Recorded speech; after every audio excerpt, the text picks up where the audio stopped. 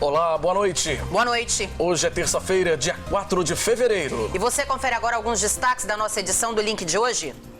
Governador anuncia recursos para cidades capixabas mais atingidas pelas chuvas. Serão liberados mais de 200 milhões de reais. Caso suspeito de coronavírus é descartado em Aracruz. Uma mulher que voltou recentemente da China apresentou febre alta. Moradores do Morro do Moscoso passam por momentos de terror em Vitória. Um intenso tiroteio na noite passada assustou a comunidade. Em Linhares, um homem condenado pela justiça é preso no momento em que ia tomar posse como servidor público. E aqui no estúdio tem entrevista ao vivo com o prefeito da Serra, Aldifas Barcelos. E ainda as notícias de outras regiões do estado nesta terça-feira. O Link Espírito Santo já está no ar.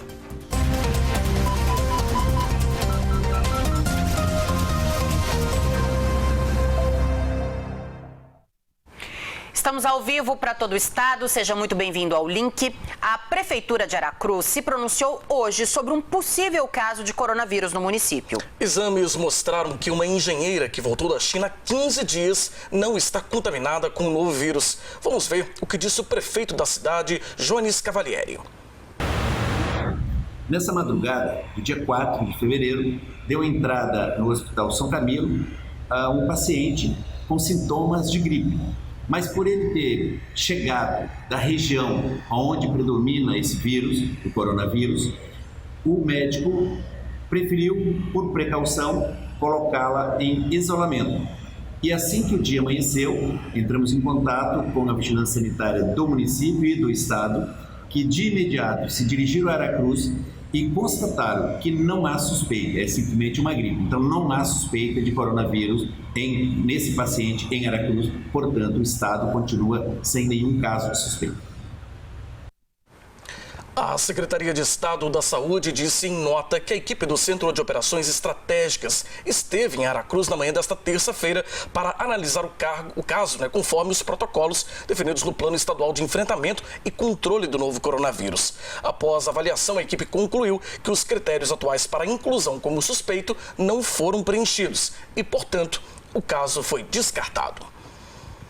Pois é, mas em todo o mundo, 427 pessoas já morreram por causa do coronavírus e mais de 20.700 já foram contaminadas. E a gente quer saber a sua opinião. Você acha que o coronavírus pode chegar ao Espírito Santo? Você tem essa preocupação? Pois é, na sua opinião, as medidas que estão sendo adotadas são suficientes, para mudar, para bloquear aí a chegada, evitar a chegada do vírus aqui no estado? Mande pra gente a sua opinião pelo nosso WhatsApp. O DDD é 27 e o número 99927-6943. 99927-6943. Se preferir, posicione a câmera do seu celular ou leitor de QR Code nesse código que aparece aí no cantinho do vídeo. Aí é só enviar o seu comentário pra gente. Ainda hoje nós queremos ler a sua participação ao vivo aqui no jornal.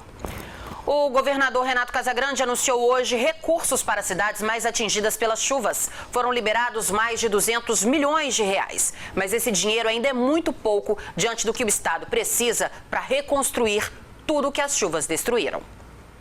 O governo anunciou hoje o repasse da verba de 214 milhões de reais dos cofres do estado para a reconstrução das cidades atingidas pelas chuvas. Já liberamos 100 milhões de reais, que é um valor para reconstrução nos 22 municípios afetados, que decretaram situação de emergência ou calamidade. Estamos liberando 72 milhões de reais do Fundo Cidades para a gente repassar os municípios, ou para obra de reconstrução ou obra de prevenção. Isso vai para quase todos os municípios do estado.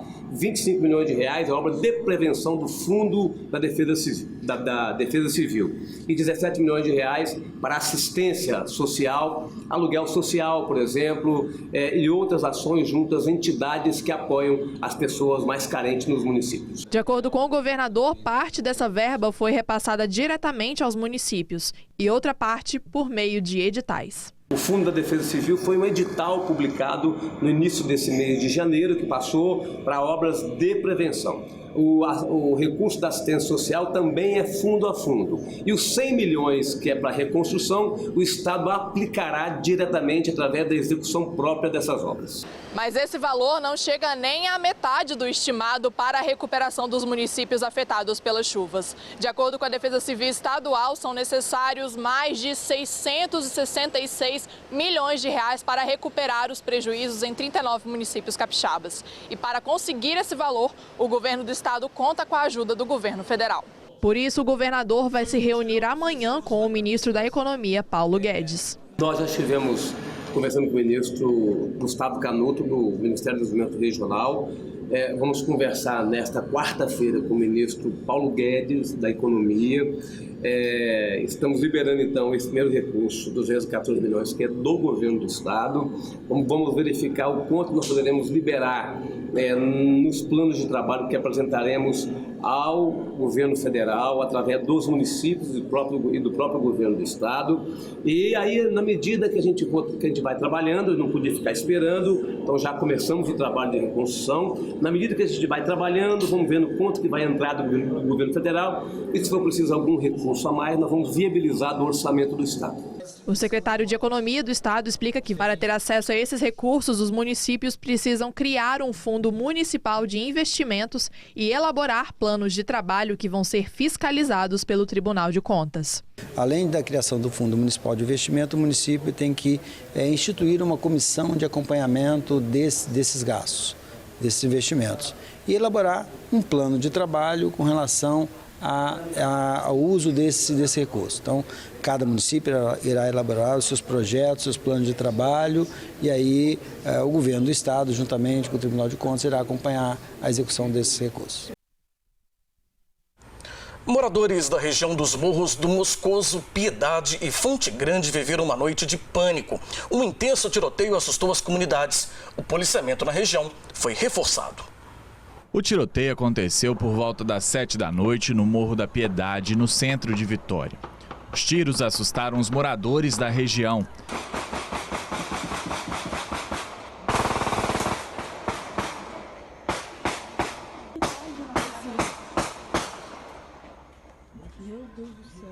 Diversas cápsulas de grosso calibre foram encontradas após o tiroteio. Segundo a Polícia Militar, o tiroteio no Morro do Moscoso foi motivado por criminosos que queriam invadir a Fonte Grande. Mas quando eles passavam pelo Morro da Piedade, se depararam com uma guarnição da polícia. Foi aí que começou o tiroteio. Pessoas ligadas ao tráfico ali na região do Moscoso tentaram passar pela região da Piedade para chegar na Fonte Grande e se depararam com o nosso policiamento lá. E em virtude desse encontro houve esse confronto, esse tiroteio que já foi noticiado aí pela imprensa. Ainda de acordo com o comandante responsável pelo policiamento na região, um homem foi identificado por dar fuga aos criminosos. Graças ao Disque Denúncia, os moradores que não coadunam com aquilo ali fizeram uma denúncia ao 81 de que um veículo teria dado fuga a essas pessoas que estavam fazendo essa tentativa de ataque. Nós conseguimos também, com o apoio do cerco eletrônico, encontrar esse veículo, fizemos a abordagem. Infelizmente, as pessoas que fizeram o ataque não estavam dentro do veículo, mas o condutor atesta que ele realmente transportou essas pessoas do Moscoso para fora da comunidade. Esse motorista está sendo preservada, a identidade dele. A Polícia Civil está conosco, ombreada nessa missão de buscar mais informações e tentarmos aí identificar os responsáveis por essa tentativa de ataque. De acordo com a Polícia Militar, o policiamento foi reforçado na região. A gente está contando com o apoio muito forte da Polícia Civil, da CORE, da Polícia Civil, da Guarda Municipal de Vitória também. Mas só pela Polícia Militar nós temos mais de 40 policiais entre Moscoso, Piedade e Fonte Grande. Hoje pela manhã nós reforçamos, a pedido da Associação de Moradores, a Secretaria de Educação de Vitória e Direitos Humanos de Vitória, nós reforçamos ali na base da Piedade, Fonte Grande, para que os professores pudessem retornar à escola e concluir hoje o processo, né, de preparação do início do ano letivo, e a gente mantém o policiamento reforçado para que as crianças possam vir, iniciar o seu ano letivo sem maiores sustos aí. Diante dos vídeos gravados na noite do tiroteio e divulgados nas redes sociais, o comandante recomenda que a população tome algumas precauções em momentos de risco. Nossa preocupação, obviamente, com a sociedade, né, para que ninguém saia lesionado, é buscar um lugar de abrigo. Normalmente a gente orienta que se abaixe, né, não fique em janela. A gente viu muito vídeo, o pessoal na janela filmando. É uma realidade na nossa sociedade, mas você tem que ter um cuidado com relação a isso. Há comunidades de outros estados vizinhos nossos que a gente sabe que, às vezes, num confronto desse, a pessoa pode ser alvejada, mesmo estando um pouco distante, principalmente se o calibre da arma for muito alto. Então é importante que a pessoa busque um lugar de abrigo, né, longe de janela. A seguir aqui no link tem entrevista ao vivo com o prefeito da Serra, Aldifas Barcelos. E um acidente impressionante é flagrado pelas câmeras de segurança em Guarapari.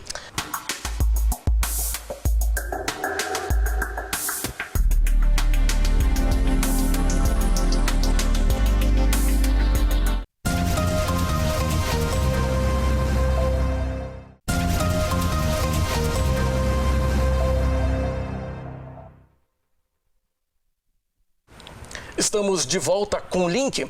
Câmeras de segurança flagraram na manhã de hoje um grave acidente na Praia do Morro, em Guarapari. As imagens são impressionantes. Olha só. A moto seguia na preferencial quando o carro avança e acerta o motociclista com tudo no cruzamento. O motociclista rodopia algumas vezes no ar e cai com tudo também na calçada. Depois da batida, o carro ainda bate em outro veículo que estava estacionado. Olha só mais uma vez. O motociclista teve fratura na perna, na bacia e ferimentos na cabeça e foi levado para o hospital. Segundo a polícia, o motorista do carro estava embriagado e com o documento do veículo vencido. Ele teve ferimentos leves e foi encaminhado para a delegacia regional lá de Guarapari. A Polícia Rodoviária Federal apreendeu cerca de 200 canários da terra que estavam escondidos em gaiolas dentro de um carro. Foi durante um patrulhamento de rotina na BR-101. O motorista disse aos policiais que comprou cada pássaro por R$10 em Belo Horizonte e venderia as aves na feira de Aribiri, em Vila Velha. A outra parte já estaria encomendada por compradores via rede social. A greve da PM, a pior crise da segurança pública do Espírito Santo, completa hoje 3 anos. E um protesto lembrou as vítimas de assassinatos durante a paralisação. No cartaz, nomes de algumas das vítimas que foram assassinadas durante os 21 dias da greve da Polícia Militar, que aconteceu em fevereiro de 2017. Representantes de movimentos sociais se reuniram em um protesto na Praça Costa Pereira na tarde desta terça-feira. Nós estamos aqui na Praça Costa Pereira por 3 motivos hoje. O primeiro, para que a gente não deixe esse episódio cair no esquecimento, né? Foram 22 dias de muito terror que a população capixaba viveu, principalmente quem mora nas comunidades da periferia. Segundo, a gente veio aqui também cobrar justiça em relação aos casos, né, de morte que tiveram, e famílias até hoje cobram respostas do Estado porque não tiveram aí os casos elucidados. E por último, nós também queremos cobrar do Estado, do governo do Estado, uma política de assistência aos familiares de vítimas da violência. A gente não pode admitir que pessoas que depois passam por um trauma de perder alguém por conta da violência não tenham qualquer tipo de assistência, qualquer tipo de amparo por parte do Estado. O luto estampado na faixa ainda reflete o sentimento de muitas famílias capixabas que perderam seus familiares durante a greve da PM. E muitas dessas famílias, 3 anos após a greve, ainda esperam por justiça. A maioria dos casos ainda estão impunes. O governo às vezes traz alguns dados de inquéritos conclusos, mas muitos desses inquéritos são inconclusos sem indicar quem foi o autor, né? Sem indicar a autoria. Então o que a gente vê é que a maioria dos casos seguem sem resposta. As perdas deixaram nos familiares marcas que o tempo não apaga.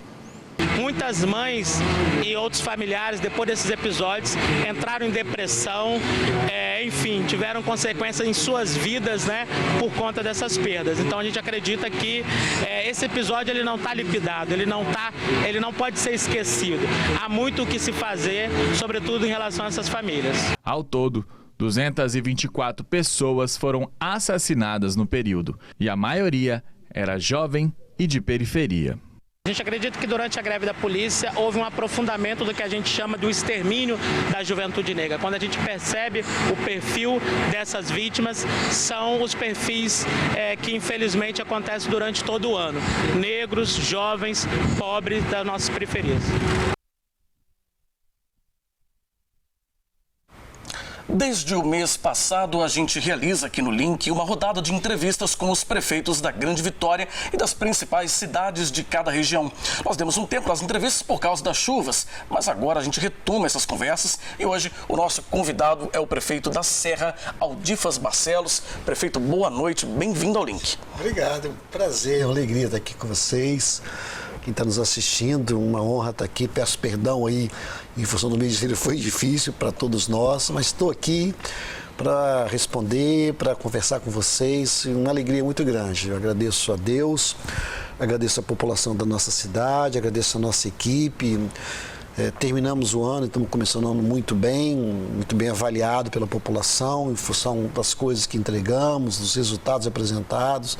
E a gente não faz nada sozinho nesta vida, né? Então eu agradeço porque tem uma equipe muito comprometida, muito ética, uma visão social importante, de entrega o tempo todo. Isso faz com que a cidade, apesar das limitações, apesar da crise, apesar da arrecadação, por exemplo, da Serra, o ano passado foi igual a 10 anos atrás, quando eu fui prefeito pela primeira vez.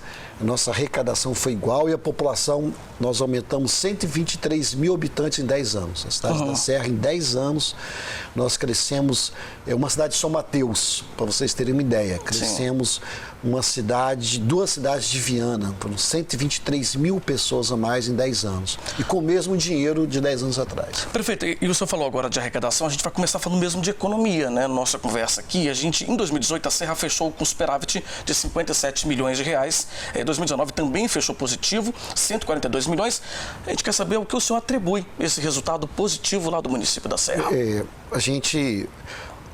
Nós conseguimos isso, mas conseguimos também, ao mesmo tempo, fazer muita coisa na cidade, ao mesmo tempo fazer muita obra, ou seja, não ficamos economizando dinheiro, não. É importante a população entender isso. Claro. Economizamos porque é importante economizar, ou seja, num momento difícil como esse, mas nós entregamos muitas coisas também. Mas isso é fruto, repito, da equipe, de trabalho, de organização e planejamento. Então, assim, é igual na casa da gente, numa empresa privada, ou seja, o instrumento de organização, de planejamento de equipe é fundamental. Então, conseguimos economizar no custeio, conseguimos economizar na diminuição daquilo de gastos que não eram necessários, conseguimos economizar na água, na luz, no telefone, em pessoal, para que a gente pudesse ter recurso e para fazer investimento. Conseguimos também captar recurso, ou seja, tem que ter iniciativa, ou seja, a gente tem que sair do quadrado. Sempre falo com a equipe o seguinte, não dá porque está difícil e vamos ficar esperando, não, ou seja, fazer projetos, é fundamental isso, fazer muitos projetos no setor público e pegar esses projetos, ir para Brasília, pegar esses projetos, ir para o BNDES, ir para bancos oficiais, mostrar que são bons projetos e conseguir recursos para fazer investimento e ainda ao mesmo tempo sobrar algum recurso. Prefeito, também é importante atrair investimentos, atrair aí novas indústrias, novas empresas. O que a Prefeitura da Serra tem feito para tentar atrair esses empresários para a cidade? Fabiane, assim, a gente implantou, em parceria com a Federação das Indústrias, somos o primeiro município a implantar as 10 medidas para facilitar isso. São basicamente para diminuir a burocracia do setor público, ou seja, não é fácil, seja de um pequeno empresário, seja de um grande, ele entrar, né, na prefeitura, fazer as coisas de forma legal, que tem que ser feito, e a burocracia demora demais, ou seja, então a questão da diminuição da burocracia, ela é fundamental. Primeiro isso. Segundo, também incentivos fiscais, que é importante, ou seja, uma crise como essa, é importante gerar emprego para a população. E quem ganha com isso é a própria cidade gerando emprego. Então, se a gente diminuir o IPTU, diminuir o ISS, diminuir as taxas, dar isenções, também facilita muito. O terceiro coisa que a Serra tem, graças a Deus, área. Nós temos muita área. Ao contrário de Vitória, né, que não tem para onde crescer mais. Eu sempre falo para os meus amigos que cabe dentro da Serra 5 Vitórias. Cabe dentro da Serra, se você pegar Vitória, Vila Velha e Cariacica, cabe dentro da Serra e ainda sobra terreno. Então, esse também é outra questão que facilita. A outra é a infraestrutura que a cidade tem.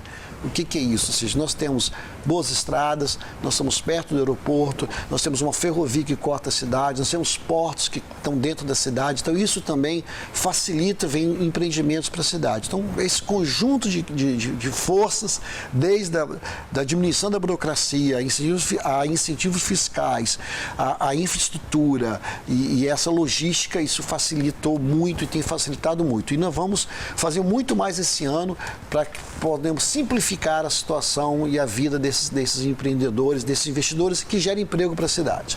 Prefeito, a Serra é campeã em exportação de rochas ornamentais, né? E prevê também um crescimento grande no setor. Queria saber do senhor quais as projeções para esse segmento lá no município. A Serra, apesar de nós não produzirmos rochas que nem produz o Norte e o Sul, mas hoje o maior número de empresas do setor estão na cidade da Serra, né? Mas fruto disso, nós não temos a produção, mas nós temos a logística, nós temos as facilidades do ponto de vista de estar próximo de portos, de aeroportos, nós temos algum apoio do ponto de vista financeiro, nós temos terreno, nós temos área e a localização da cidade. Então, isso facilita muito para que esse setor vá para a cidade e, repito, é onde o maior número de empresas desse setor estão localizadas na cidade da Serra. Prefeito, um projeto importante do senhor é o Polo de Inovação Tecnológica da Serra. Como é que está o andamento do polo hoje? Nós já implantamos, não é que vai implantar, nós implantamos no ano passado, pega uma área enorme, né? Você tem uma ideia ali na área do Civit, chegando na S010, nós estamos agora, isso é feito como, né? Incentivo, né? Que tipo de incentivo? A gente dá incentivo financeiro, incentivo fiscal, a gente proporciona também parcerias, aí eu quero agradecer, que é um setor forte na Serra, que é a ASES, que é a Associação dos Empresários da Cidade da Serra, é uma entidade muito forte, então isso também facilita, e também as faculdades que nós temos ali no entorno, né? Então isso faz com que essas questões a gente possa implantar, como nós já implantamos esse polo, isso vai gerar mais emprego, isso vai gerar mais renda. Você pode pensar o seguinte: prefeito, se eu abrir mão de mais impostos para trazer, a gente não tem perda, né? Atrai mais, né? Isso vai ser muito bom porque gera mais emprego, isso qualifica a nossa mão de obra, isso faz com que também setores novos, que a gente tem que pensar nisso, ou seja, a gente tem que pensar o que vai acontecer com a cidade. É o futuro, né? Tecnologia e inovação. 20, daqui a 30 anos, daqui a 50 anos. E é papel meu mesmo, nosso, mesmo que não esteja daqui a 50 anos, daqui a 30 anos, né? Mas que a gente possa estar pensando nesse futuro e proporcionando isso para a cidade. A gente conseguiu fazer e a gente está muito feliz com isso. Prefeito, a gente vai para um rápido intervalo. Vou pedir o senhor para esperar um pouquinho. Vamos rapidinho para o intervalo e daqui a pouco a gente continua a nossa entrevista.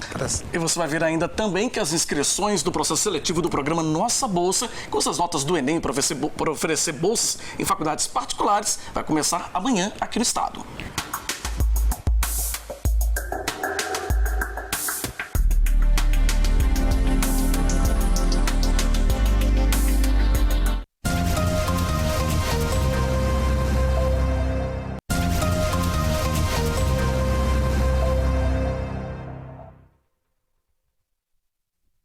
Nós estamos de volta com o link e a segunda parte da nossa entrevista com o prefeito da Serra, Aldifax Barcelos. Prefeito, vamos falar de saúde? Hospital Materno Infantil, como estão as obras? Quando é que o senhor deve entregar essa obra? Essa é uma das obras mais importantes, não só da cidade, mas vai impactar a Grande Vitória e o estado do Espírito Santo. Para você ter uma ideia, ou seja, eu sempre falo isso, o Hospital Infantil de Vitória ele tem menos de 100 leitos. Isso que nós vamos estar entregando são 135 leitos. O tamanho que significa isso, uma obra enorme. A gente pretende, isso é um investimento importante, a gente entende que saúde é fundamental. Entregamos agora mais uma UPA, agora em novembro, a maior UPA do Espírito Santo. 3 UPAs a cidade da Serra hoje tem. Em nenhum lugar do Espírito Santo, em nenhuma cidade do Brasil do tamanho da Serra tem 3 UPAs. A Serra tem 3, maravilhosa, diga-se de passagem. E o Hospital Infantil a gente pretende entregar entre maio e junho. É uma obra, repito, que vai atender toda a população da Serra, da Grande Vitória do Estado, eu até acredito até fora do Estado. Então, assim, que vai gerar um ponto de vista não só para as nossas crianças, mas para as mães, que vão ter também maternidade, a metade vai ser de espaço maternidade, e a outra metade são 136 leitos, para vocês terem uma ideia. Então, assim, eu acredito que em junho a gente está entregando isso, uma obra, repito, junto com a UPA, com a Serra tendo 3 UPAs, e esse hospital, eu acredito que nós vamos ser uma referência no campo de saúde para o Espírito Santo, não só para a cidade da Serra. Então, muito feliz em poder entregar essa obra, como a gente entregou, repito, a UPA, vai dar um impacto muito positivo na saúde da cidade e fora da cidade também. Prefeito, vamos falar de chuvas, né? O Espírito Santo vem aí passando por esse problema, em especial o sul do estado, mas na Serra a gente também teve problemas, uma pessoa, inclusive uma idosa, morreu soterrada lá no município, infelizmente. A gente quer saber do seu, como acabar com o problema das áreas de risco? Tem solução, tem jeito para isso? Tem solução, tem solução. Tem que ter dinheiro, planejamento, organização. A gente teve, por exemplo, um caso na Serra de sucesso, a obra do Rio Jacaraípe. Uma obra enorme que nós fizemos, era um lugar constantemente que dava enchente. Nós aprofundamos o rio, né? Para vocês terem ideia, o rio só tinha 5 metros, hoje tem mais de 15. O rio só tinha de largura 5, hoje tem mais de 35. Então nós fizemos tudo isso. Aí você tem que desapropriar, você tem que pagar essa desapropriação, você tem que tirar as pessoas de lá, ou seja, é uma obra enorme que foi feita. Então, mas é um exemplo de sucesso que houve na cidade da Serra, a obra do Rio Jacareípe. Quem mora em Jacareípe conhece essa obra, quem mora mais do Rio conhece essa obra, sabe o que enfrentou há 4 anos atrás e sabe que, graças a Deus, não aconteceu nada. Vamos fazer mais. Mas fizemos essa questão que eu explico, que é um exemplo. O caso dessa senhora, eu particularmente a visitei, uma das caminhadas que eu faço todas as quintas-feiras. Eu caminho literalmente, eu ando nos bairros todas as quintas-feiras à tarde, não só, mas junto com a minha equipe. Nós fizemos a interdição, pedimos para essa senhora sair, oferecemos aluguel social e agora o que nós estamos fazendo? Né? Já fizemos o caso dela, agora vamos fazer com todos mais. Acionando também o Ministério Público e a Justiça para nos ajudar a retirar dessas pessoas, né? Ou seja, já que eles não querem sair, né? E a gente não é só sair, é importante dizer, alguém vai sair, vai para onde? Nós estamos oferecendo aluguel, nós oferecemos casas, na Serra a gente entregou isso, eu vou entregar esse ano ainda mais 250 casas para esse tipo de morador. Vou entregar isso e vou acionar o Ministério Público e Justiça para tirar essas pessoas desses lugares e ir para essas casas que a gente está dando para evitar tragédias que nem aconteceram. Tivemos problemas, mas assim, não na intensidade que aconteceu em outros lugares, né? Graças a Deus por isso. Não porque não choveu até demais na Serra. Teve época que choveu 135 milímetros, mas não tivemos grandes ponto de vista de enchente que nem teve. Eu não sei esse caso que nos entristeceu muito, a mim, a família, a nossa equipe toda, em função da morte dessa senhora. Prefeito, vamos falar agora de segurança pública? Sim. Historicamente, a Serra sempre esteve entre os municípios mais violentos do estado. A prefeitura fez um investimento grande na guarda municipal, inclusive agora com mais agentes. Como é que o senhor avalia a questão da segurança pública no município do senhor? Nós tivemos um ponto que, repito, que foi um sucesso na cidade da Serra, né? E é fruto de todo mundo. Prefeitura, a Polícia Civil, Polícia Militar, Ministério Público e Justiça. Para vocês terem uma ideia, eu cheguei para a cidade do México para explicar para os prefeitos de toda a América Latina como que a Serra, em 10 anos, nós saímos do primeiro município no Brasil em homicídio e hoje não estamos mais nem entre os 100. Como isso aconteceu? Né? Nós tínhamos mais de 138 homicídios por ano, do ponto de vista de 1.000 habitantes, que esse que é o cálculo, e hoje nós temos menos de 30, ou aproximadamente 30. Então, assim, não era para ter nada, mas assim, é uma redução enorme e a cidade cresceu muito, mas houve essa queda.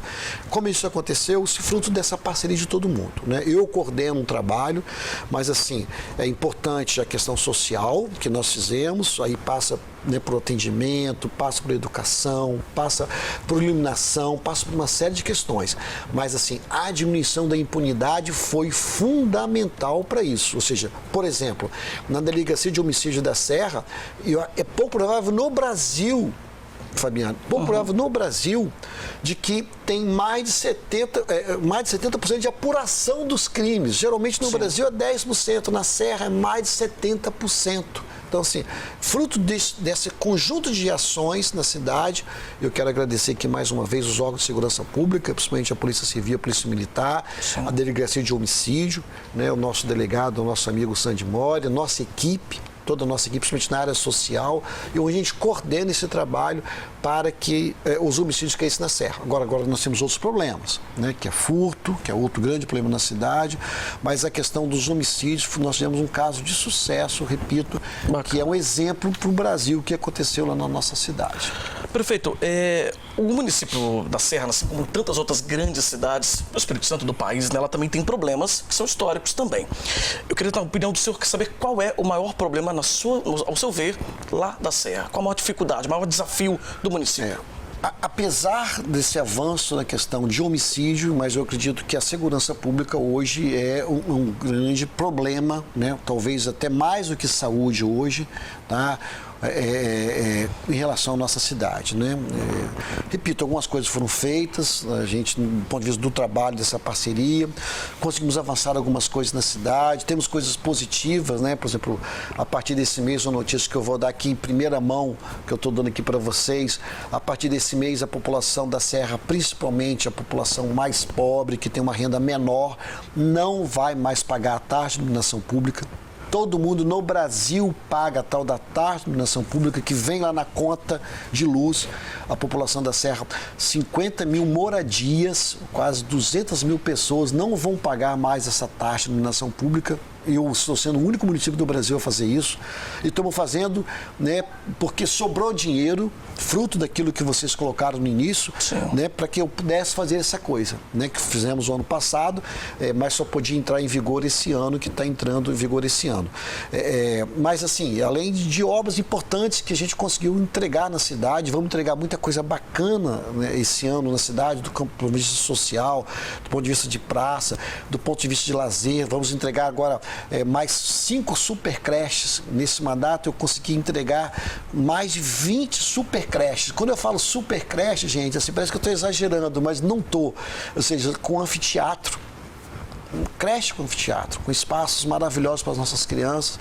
Então são avanços que a gente conseguiu. Apesar de toda essa crise, a cidade está entregando isso tudo para a cidade. Prefeito, a gente gostaria de agradecer muito a presença do senhor, a participação aqui no Link, deixar aqui o nosso espaço sempre aberto para o senhor. Eu que agradeço, muito obrigado pela oportunidade. Desculpa se eu atrapalhei um pouco aí no tempo. Imagina, prefeito. Mas foi uma alegria estar aqui com vocês. A gente boa noite a todos. Deus Obrigada, prefeito. Obrigado, boa noite. Boa noite, viu? Bom, e olha só esse caso que aconteceu hoje no norte do estado. Uma família precisou cavar uma cova para sepultar um parente em um cemitério de São Mateus. Quem tem as informações sobre esse caso pra gente é a Nariane Lopes. Boa noite para você, Nariane. Boa noite, Fabiana e Adriana. Boa noite a todos. É isso mesmo. Revoltados com a situação, familiares recorreram à nossa equipe de reportagem para fazer um apelo. Além de enfrentar a dor da perda, a família ainda teve que passar por esse constrangimento de não ter onde sepultar o corpo do ente querido. O cemitério do bairro Aviação, em São Mateus, está completamente lotado e não comporta mais sepulturas. Para tentar resolver o problema, covas foram abertas até numa área de barranco, onde foi feito esse aterro. Essa cova foi aberta nesta manhã, mas estava assim, rasa. E segundo os familiares, o espaço não comportava nem o tamanho do caixão. Quando nós chegamos aqui, acho que não dava nem 50 centímetros aquilo ali. Como é que você bota um caixão dentro de 50 centímetros? Isso que vocês estão vendo aqui, ó, pode pegar aqui em cima aqui, ó. Por favor. Isso que você está vendo aqui em cima foi tudo tirado aí de dentro para dar para botar o caixão, pô. É descaso isso aí com o ser humano, entendeu? A família indignada reclamou do descaso. O Wallace é neto de Deolina, que faleceu nesta madrugada. O marceneiro precisou escavar a cova da própria avó, enquanto os familiares aguardavam bem ao lado do caixão e debaixo de sol quente. Nós tivemos que cavar para enterrar ela. Isso não existe. Não existe. Porque se fosse assim, cavava lá no quintal de casa mesmo. Enterrava. Para chegar aqui e cavar a cova. Não, enterrava lá em casa. Não, eu não quero nem falar mais. Enquanto a família aguardava a posição da prefeitura, os ânimos foram ficando à flor da pele. Depois de quase 3 horas de espera, o secretário de obras da prefeitura chegou ao local. Segundo ele, o problema existe há bastante tempo e a prefeitura já encaminhou um projeto para construir um novo cemitério no município. Isso aí é uma demanda que surgiu nesse governo, porque a maioria dos cemitérios são os 3 cemitérios que estão totalmente lotados. A gente já prevendo isso, a gente começou um aterro ali onde eles estão alegando que deu água, porque o lençol freático subiu muito. Só para você ter ideia, aqui está mais ou menos 8 metros de altura do nível do rio. É porque como choveu, alagou e realmente é o único lugar onde nós temos hoje. O prefeito já encaminhou um processo para a Câmara, para poder a gente adquirir uma área, para poder, uma área melhor, mais digna, porque essa hora é uma hora de dor dos entes. Então, a gente se preocupa com isso e a gente está aqui para poder amenizar o problema. Depois de toda essa confusão, os familiares decidiram fazer o sepultamento no local proposto pela prefeitura. Que situação passou essa família, não é? Bom, e por hoje é isso, Adriana e Fabiano. Eu volto com vocês aí no estúdio. Uma boa noite para vocês. Eu volto amanhã com mais notícias aqui de São Mateus. Obrigado, Nariane. O Link Espírito Santo vai para mais um rápido intervalo e no próximo bloco você vai ver que em Linhares, um homem foi preso no momento em que ia tomar posse como servidor público. E a gente volta a falar do acidente em um parque de diversões que matou uma mulher e deixou a filha dela gravemente ferida em Itapemirim, no sul do estado.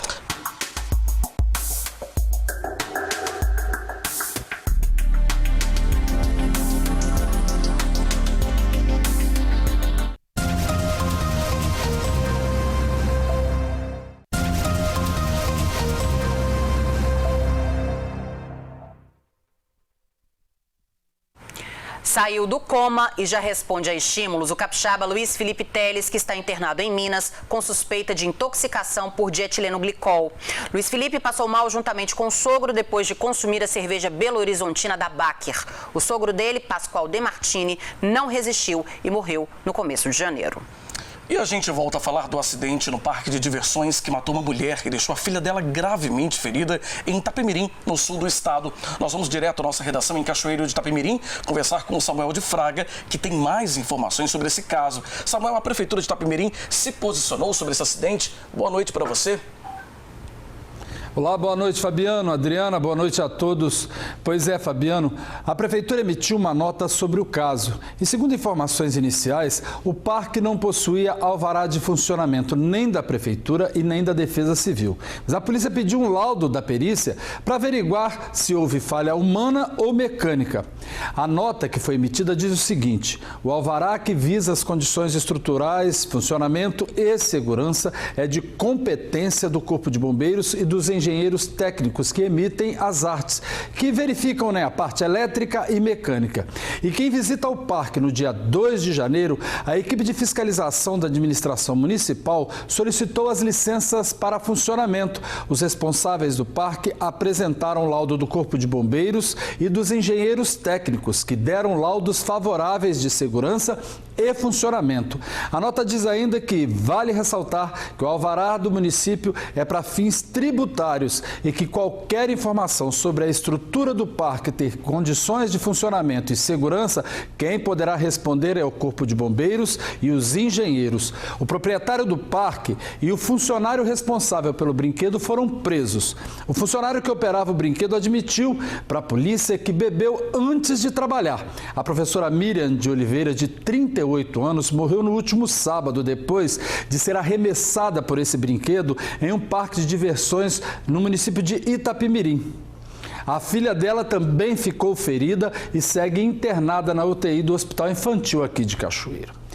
Bom, e em Castelo, câmeras de segurança de um supermercado registraram o momento em que o estabelecimento foi furtado por criminosos. O crime aconteceu no final de semana, mas só hoje as imagens foram divulgadas. No primeiro vídeo, no dia 31, é possível ver os 3 criminosos de bermuda entrando no estabelecimento com o rosto coberto e levando bebidas. Na madrugada de domingo, os criminosos retornam e furtam mais mercadorias. Segundo a proprietária, os bandidos entraram por uma das portas da frente que estava com vidro quebrado por causa da enchente, que chegou a 2 metros dentro do estabelecimento. Segundo ela, foram furtadas bebidas de diversas marcas e o prejuízo passa de R$1.000. Bem, a proprietária registrou ocorrência na delegacia de Castelo e todas as informações foram repassadas para a Polícia Civil. Imagens da câmera de segurança estão sendo analisadas e qualquer informação sobre a localização dos criminosos pode ser feita por meio do Disque Denúncia 181, não é preciso se identificar. Vamos mudar de assunto porque hoje, dia 4 de fevereiro, é comemorado o Dia Mundial do Câncer, uma das doenças que mais mata em todo o mundo. E esse ano a campanha tem foco na prevenção. A dona Heloísa Helena tem 49 anos. Está fazendo um tratamento há 4 meses, quando descobriu um câncer de mama através de um exame da campanha Outubro Rosa. Tem gente que acha que é o fim do mundo, mas não é. Que a gente tem que ir em frente e não pode desistir. Dona Luciara também descobriu câncer de mama em um exame de rotina e ela está fazendo tratamento há 3 anos. Na família dela, outras pessoas também já tiveram a doença. Falei, nossa, eu também, além da minha sobrinha, agora eu também. Eu não me vejo morrer dessa doença, não. Entendeu? Eu não me vejo morrer, eu quero viver muito, já caiu no cabelinho, já nasceu. No setor de oncologia deste hospital, que é referência no tratamento de câncer no sul do estado, 1.229 pacientes fazem quimioterapia e 70 estão na radioterapia. A doença é uma das que mais mata em todo o mundo. O câncer, infelizmente, tem aumentado muito a sua incidência e a gente tem visto o aumento da sua mortalidade. Então, acredite-se que a partir de 2030, a Organização Mundial de Saúde acredita que vai passar as doenças cardiovasculares em causa de morte. Segundo a especialista, o câncer de mama nas mulheres e o de próstata nos homens são os mais comuns, mas o com maior incidência de mortes é o de pulmão. Mas a gente também tem uma incidência muito grande de câncer de colo retal, de estômago, de colo de útero, que é uma coisa que nos preocupa, que existe hoje em dia vacinas que a gente espera que vá evitar que surja o câncer de colo de útero no futuro.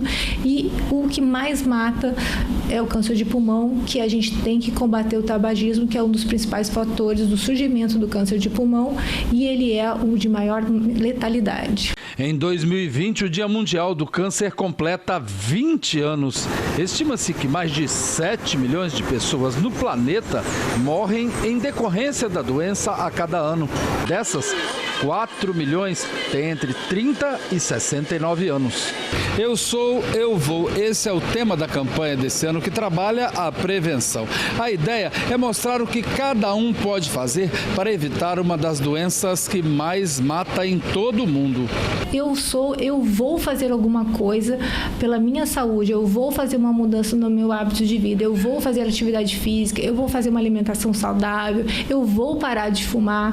Isso tudo é importante. Nós mesmos temos que fazer mudanças para a gente prevenir o surgimento de doenças e o câncer é uma delas. A especialista explica que se a doença for diagnosticada precocemente, ela tem grandes chances de cura. Então a gente tem lutado pelo diagnóstico precoce, tendo acesso a exames diagnósticos, biópsias, para poder agilizar. Quanto mais cedo a pessoa chega para ser tratada, menor vai ser a quantidade de tratamento e maior vai ser a chance de cura. Então a gente tem esse gargalo, tem uma lei aprovada há pouco tempo, que é a lei dos 30 dias, que rege justamente sobre essa demora que tem entre a suspeita e a confirmação diagnóstica. A gente tem que melhorar isso.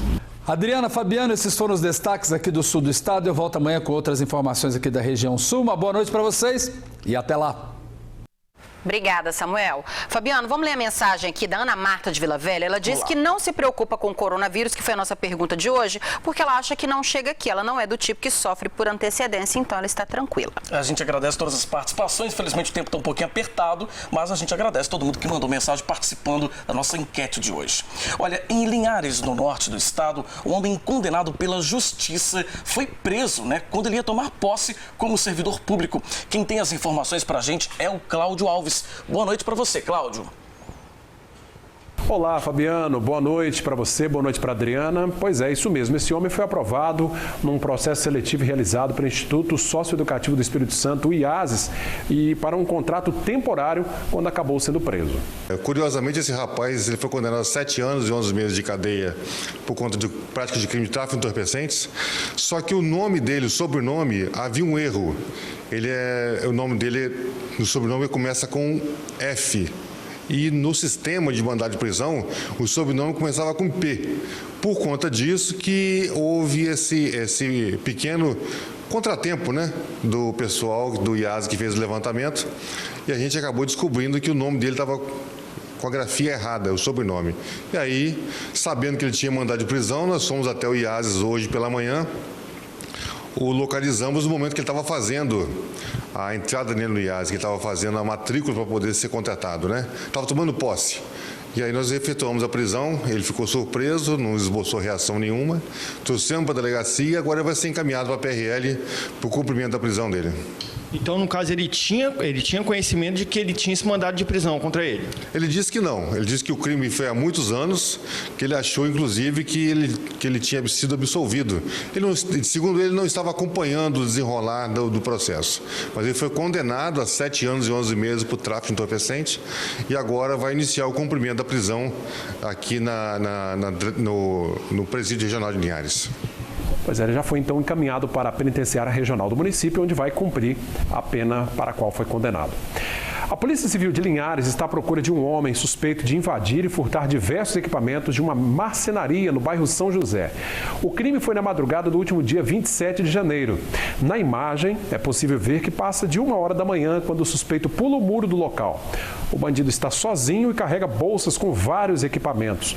O prejuízo com o furto foi tamanho que o dono da marcenaria cogita, inclusive, fechar a empresa, pois não tem condições de atender aos clientes. A Polícia Civil divulgou o vídeo pedindo ajuda da população para identificar o suspeito. Quem puder pode ligar para o Disque Denúncia 181, não é preciso nem se identificar. O 12º Batalhão da Polícia Militar de Linhares ganhou um novo equipamento que vai auxiliar nas operações contra o crime aqui na cidade de Linhares. Um drone com capacidade para captar movimentos pelo calor poderá ser usado, inclusive, à noite. A gente tem muito fortemente investido na questão de tentado trazer recursos tecnológicos, O drone é nessa linha. A gente sabe muito bem, um horizonte em que a gente tem menos policiais, a gente precisa ter mais ferramentas. O drone vai nessa linha aí para que a gente consiga tanto operar no trânsito, que é importante para a gente, mas também em todas as ações de segurança pública. Aumenta a possibilidade de a gente ter operações com mais segurança, desde que eu tenha uma plataforma elevada de observação, que é o que o drone possibilita. Aí, nesse caso, vai facilitar, inclusive, o trabalho noturno, Também, a gente acabou tendo a possibilidade de ter um equipamento que também pode ser utilizado à noite, devido aos acessórios que ele vem equipado. Então, para a gente, é mais uma ferramenta à disposição aí do povo de Linhares. Então, para a gente fechar, diante da ferramenta importante, o crime pode até acontecer, mas a parte que é da polícia, de ação e a estrutura que ela precisa, isso está em dia. A gente precisa sempre relembrar, uma polícia que conduziu 1.997 pessoas o ano passado, a autoridade, é alguém que conduz, em média, 5 pessoas a cada 24 horas, é uma polícia que trabalha muito. Então, é evidente que a gente gostaria que nada ocorresse, mas falta de trabalho, não podemos acusar a Polícia Militar disso. E quanto mais ferramentas, evidentemente, o que nós precisamos também é de uma valorização desse profissional que realmente trabalha muito. O drone já começa a ser utilizado imediatamente? Sim, nós vamos passar agora por um período essa semana aí com os nossos policiais de adaptação. É uma ferramenta até de um custo alto, né? Eles já foram treinados, mas vão se adaptar aos novos recursos que o drone tem, para que já no final de semana a gente já tenha operações apoiadas nesse sentido com o uso dessa tecnologia. Por hoje é só. Eu volto aí à bancada do Link em Vitória. Fabiano, Adriana, até amanhã. Obrigada, Cláudio. Bom, o Link dessa terça-feira fica por aqui. Muito obrigada pela sua audiência e pela sua companhia. Mais notícias do Espírito Santo você confere em simnoticias.com.br. A gente se vê amanhã. Para você, uma ótima noite. Boa noite, até amanhã. Record News, informação para você crescer.